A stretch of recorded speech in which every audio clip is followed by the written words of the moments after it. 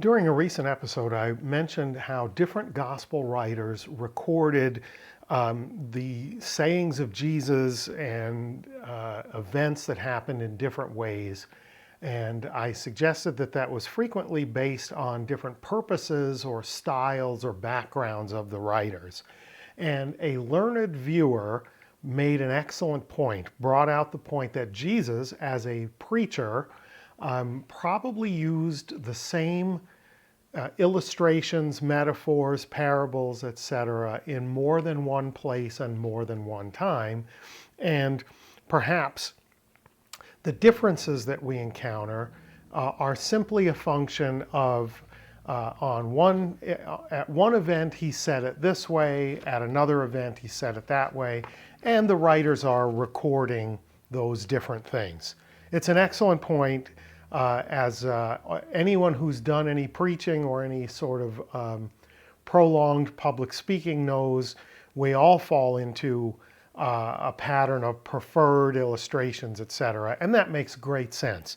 But what about when it's a description not of something that Jesus said, but an event that we know to be a singular event, and the description is of circumstances that that can't vary from place to place because it's something that only happened once.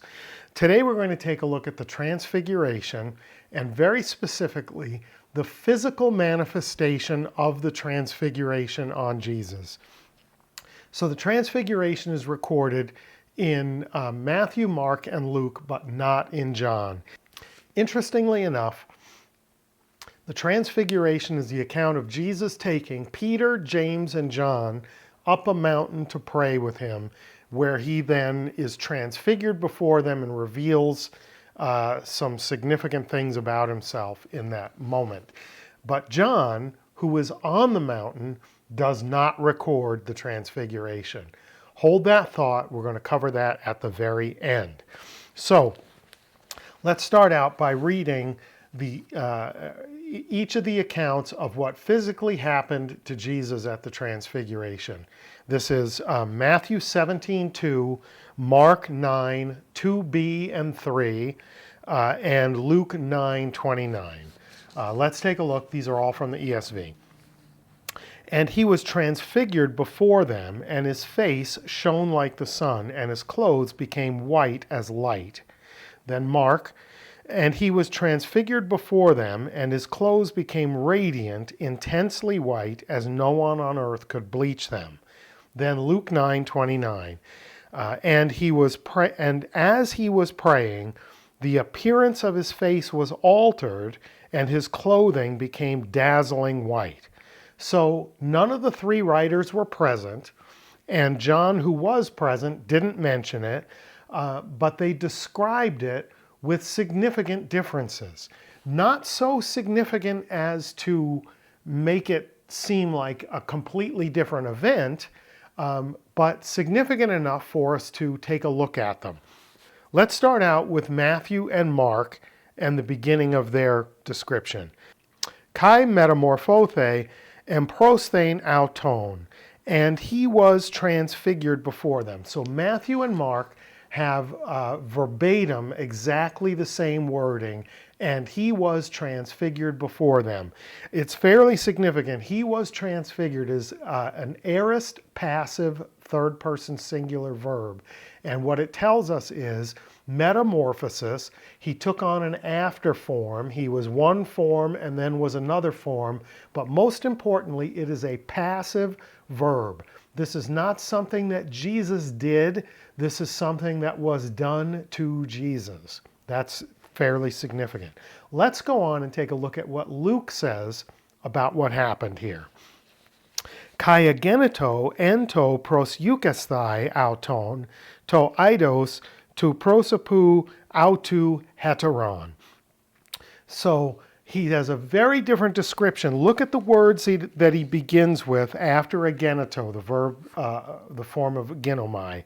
Ento proeukesthai, auton. While he was praying. Let's geek out on grammar for a moment. This is an adverbial infinitive of contemporaneous time. When you have that N and then the to that looks like the dative article with an infinitive, and then the subject is in the accusative, not in the nominative, we get this interesting thing. The adverbial infinitive of contemporaneous time. While he was praying, something else happened. What else happened? Let's take a look. Kai ageneto to eidos to prosopu autu heteron. And the look or the image of his face became different. Heteron became different. Different how? Luke doesn't tell us. Luke just says that while Jesus was praying, his face changed. His face became different. Mark doesn't mention Jesus' face at all. And right now, somebody's sitting out there saying, well, we know how his face became different. It shined like the sun. But see, there's a problem with that. That is called conflation. Taking what Matthew said and importing the details into Luke is conflating the two stories. And whether you think that you should respect the editorial decisions of each of those two writers, or whether you think you should be respecting the editorial decision of the Holy Spirit who inspired the writers, in either case, when you take the details from Matthew and import them into Luke and conflate the two tellings, you have now become the editor. You have now seized control over this text. And I would argue that whether you're approaching this academically and looking at the two writers, or whether you're approaching it devotionally and looking at the inspiration of the Spirit, in either case, you don't have the right, I don't have the right, to edit the text and import details from one account into the other. So thus endeth my moment on the conflation, or in this case, the anti-conflation soapbox. The writer wrote what he wrote because that's what he wanted to write. Or, if you're approaching it devotionally, the writer wrote under the inspiration of the Spirit what he wrote, and didn't write what he didn't write. So for me or you or anyone to decide to import details or export details makes us the editor, and that is not up to us. So let's go on and take a look at what what Matthew says about Jesus' face. Kai elamson to prosopon autu hos ho helios, and his face shined like the sun. Elamson was shining. His face shined like the sun. Why is Matthew so specific? Whereas Luke just says the appearance of his face became different. Mark doesn't mention his face at all. Why is Matthew so specific about Jesus' face? Remember, Matthew's gospel is the most Hebraic of the four. Matthew's gospel carefully parallels events in the Pentateuch and carefully parallels the life of Moses. And here we get a very clear allusion to Exodus 34. When Moses communed with God on top of a mountain and came back down the mountain, his face shined to the point that people couldn't look into his face, much like you can't stare into the sun.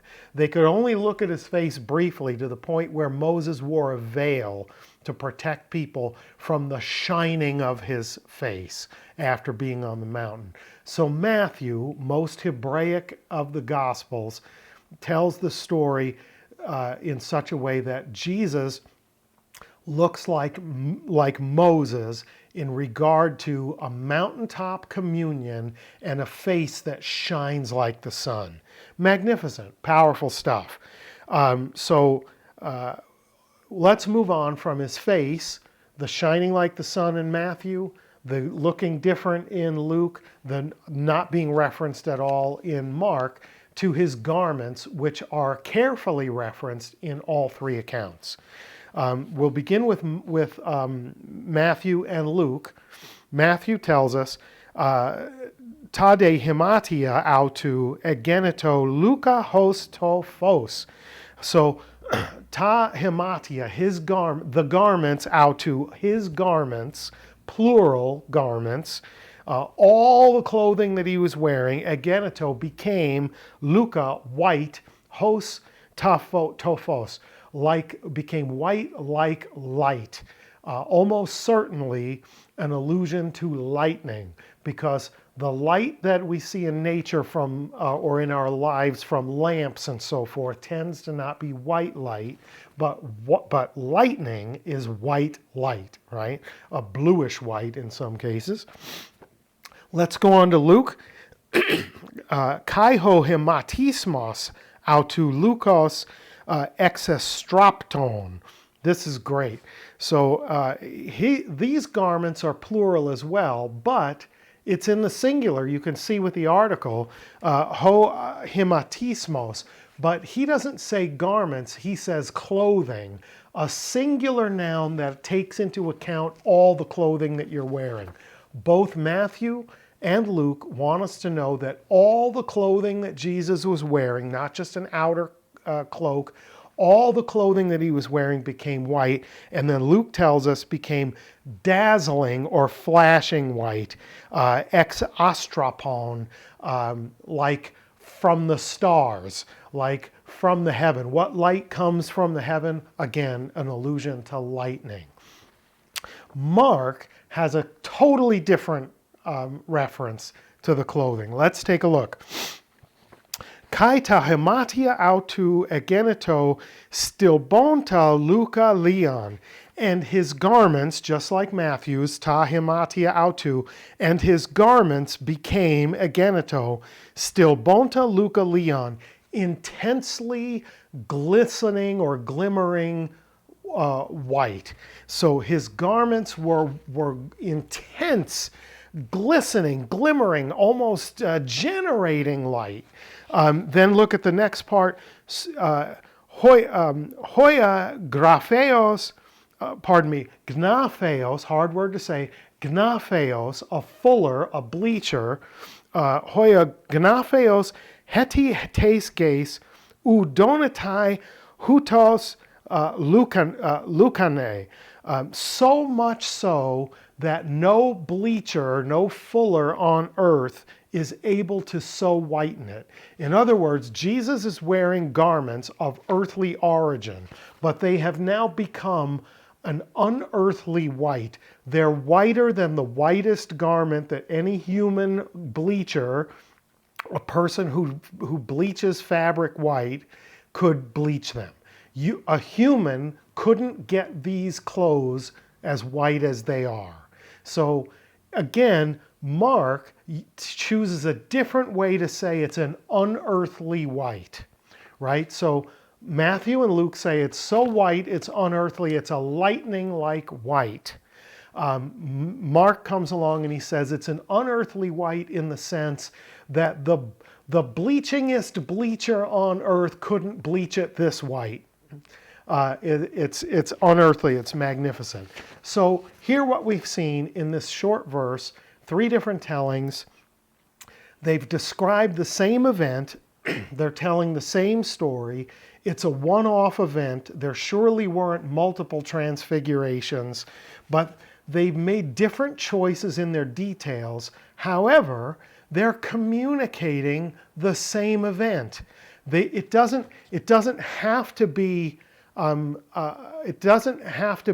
violation of reality or of the truth for them to say, hey, I want you to know his clothing that he wore on normal days all around his travels in that event became unearthly white, whether it be white like lightning or whether it be in contrast to the whitest white you've ever seen on anybody's garments.